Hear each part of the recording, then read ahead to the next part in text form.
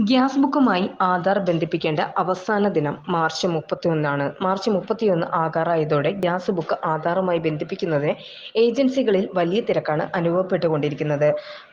Gas കണക്ഷനും ആധാറും തമ്മിൽ ബന്ധിപ്പിക്കണമെന്ന് മെസ്സേജുകൾ വ്യാപകമായി എത്തിയതിനെ തുടർന്നാണ് ഗ്യാസ് ഏജൻസികൾ വലിയ തിരക്കാണ് അനുഭവപ്പെട്ടുകൊണ്ടിരിക്കുന്നത്.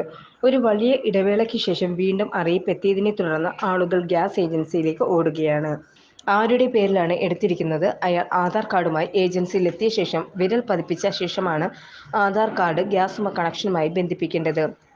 അതേസമയം പുതിയ കണക്ഷൻ എടുക്കുന്നവർ ആധാർ നൽകി കണക്ഷൻ എടുക്കുന്നത് കൊണ്ട് തന്നെയും ആധാർ ഗ്യാസ് കണക്ഷനുമായി ബന്ധിപ്പിക്കുന്ന കാര്യത്തിൽ വലിയ പ്രശ്നം നേരിടുകയില്ല. പഴയ കണക്ഷനുള്ളവരാണ് ഗ്യാസ് ബുക്ക് ആധാറുമായി ബന്ധിപ്പിക്കാതെ ഇരിക്കുന്നത്.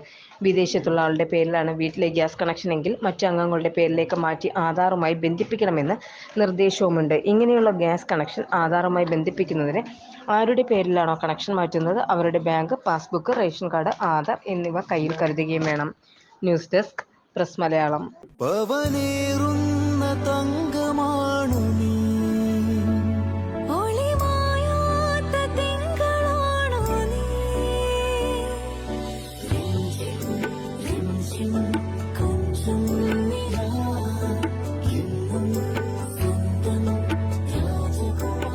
Be a Rajakumari.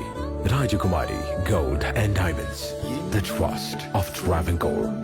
Rajakumari.